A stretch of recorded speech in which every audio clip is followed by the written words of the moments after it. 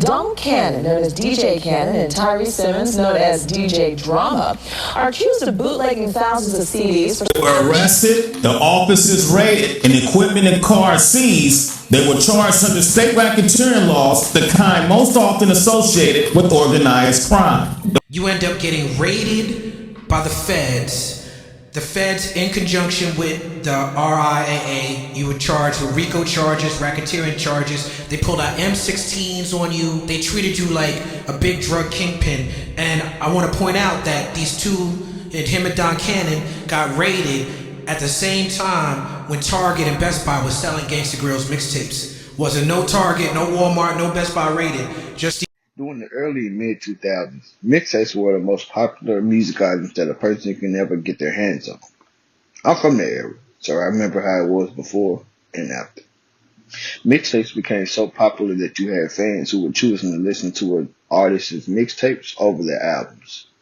Mixtapes will serve many different purposes for an artist. If you were local or you were indie, you would create a mixtape and put it out to the public in order to gain a buzz in the streets. For an already established mainstream artist, they'll use mixtapes as a teaser until their album will drop. Unfortunately, a lot of major labels wasn't too thrilled with the mixtape concept for a lot of reasons at the time. Mainly because a lot of their artists was giving away a lot of free material. Mixtapes was supposed to be used for promotional use only, but you had DJs, store owners, and even artists making tons of money from it, and the label wasn't seeing a dime. This is when things would get spooky due to the bootlegging system that was already happening in the industry, which was making record sales decrease year by year, which was causing labels to lose out on money, and positions at record labels were starting to disappear. This is the reason why DJ Drama and Don Cannon was huge targets. You couldn't walk, drive, or go anywhere without hearing the tag being played everywhere. By early 2007, Gangsta Grillz was the hottest mixtape out. It's such a legendary mixtape brand that you have artists still linking up with DJ Drama to this day to put together their own Gangsta Grillz mixtapes. That's how heavy it still was, and it still is.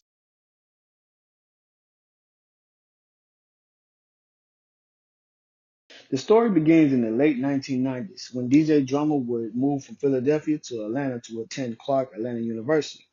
He ended up bringing crates of records with him because of his love for DJing, East Coast hip hop, and he had an ear for talent that a lot of DJs really didn't have. He would start building up his name around campus by DJing a few parties and selling mixtapes. It'll be when he would meet two other DJs, DJ Don Cannon and DJ Sense. The three up and coming DJs all had that one thing in common, is that they wanted to build something special and build something dominant. This is when they'll form the affiliates, a DJ crew dedicated to pushing new sounds and new artists. In the early 2000s, mixtapes was everywhere, but DJ Drummer wanted to make something different. A mixtape that felt cinematic, street certified, full of energy and personality. Sort of like the southern version of what DJ Clue was doing. This is how the Gangsta Grillz brand was born. Now that the DJ crew would end up having a link with artists who were already connected with the streets. This is when they would do tapes with artists such as Lil Jon, Lil Scrappy, Killer Mike, Young Bloods, and etc. Around this time, this was also when the South would start to dominate inside the mainstream hip hop as well. By 2004 and 2005, it'll be two mixtapes that would help solidify the Gangsta Grill brand. It'll be T.I.'s Down with the King mixtape and Jeezy's Trap or Die. Drama and Tip had already built a pretty decent mixtape resume by this time. This mixtape was released. But T.I. was simply on fire, and he was gearing up to drop his third album, Urban Legend, and he was also in a rap feud with Houston's own Lil Flip. But he wanted to get the streets a teaser before he would end up dropping Urban Legend, and Down with the King did exactly what it was supposed to.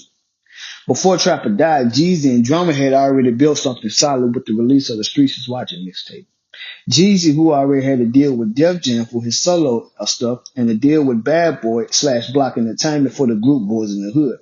And not to mention, he was also affiliated with BMF.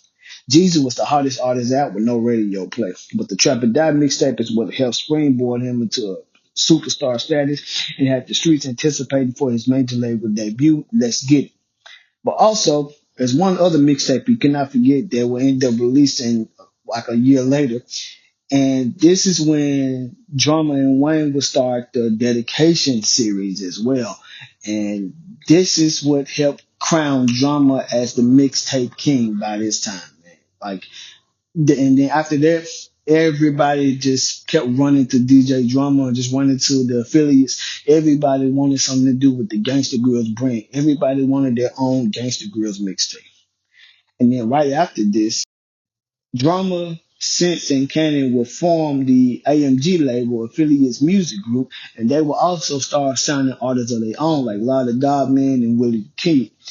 And also, this is when Drummer would sign a deal with Grand Hustle / Atlantic and AMG to release his debut album, the Gangsta Grills album.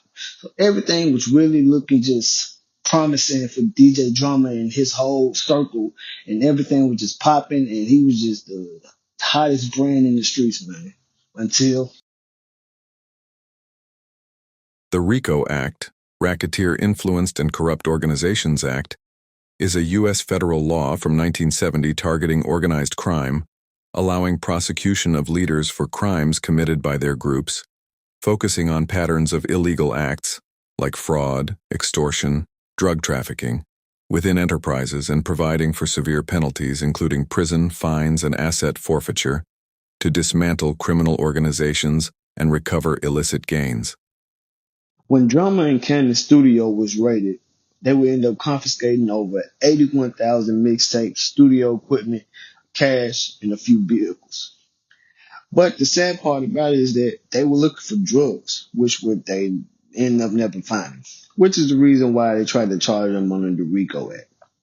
Drummer and Cannon would post bail a few days later, and they was able to beat the charges due to the case falling apart very quickly. From the reports that I came across, the feds only did a 4-week investigation on the DJs before they went in for the raid. Drummer and Cannon's legal team was able to prove that they wasn't selling mixtapes in stores and mass manufacturing like they were bootleggers.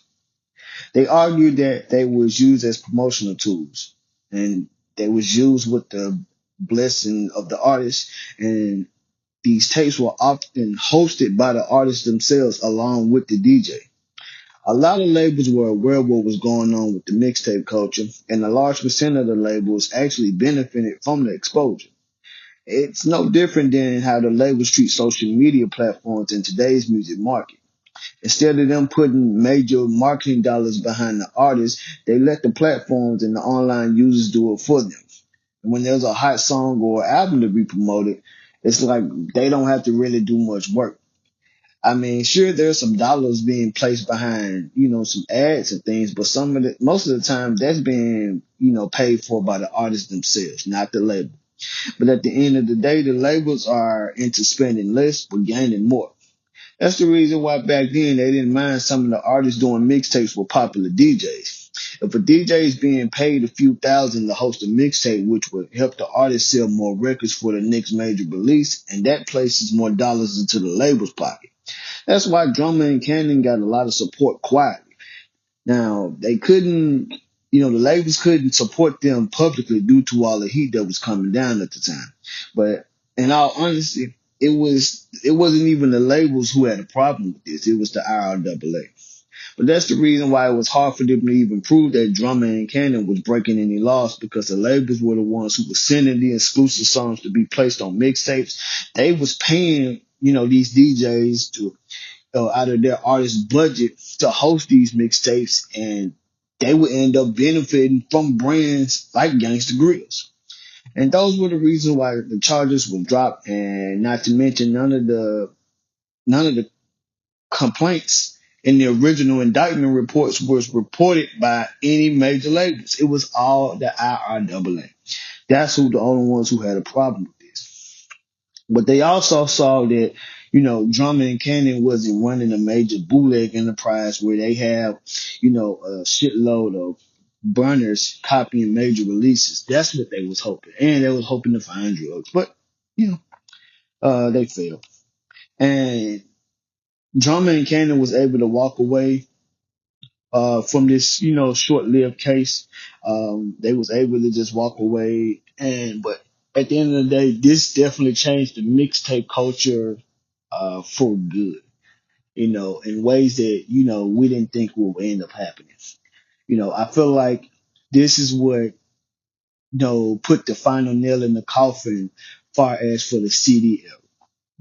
And hence the reason why everything started to shift towards the digital wave. Hence the reason this is when platforms like Two Dope Boys, Dat Piff, Live Mixtapes, Audio Mac, My Mixtapes, Spinrilla, they all started to pop up. And this is how, artists were able to, get more exposure for platforms like this. And that's a whole nother video in itself. That's a whole nother era. And then that I'm gonna speak on in a different video for when it comes to that era of the online mixtape platforms. But y'all let me know in the comments. Do y'all remember when this raid happened? Like, what was your initial thoughts about this when this raid happened, if you were old enough to remember? Because, at the end of the day, Drummer and Cannon, when they walked away from this day, it made them, I think it put them on a bigger platform, and it put a bigger spotlight on them as well, because, they was already hot, far as the Gangsta Grills brand was already hot.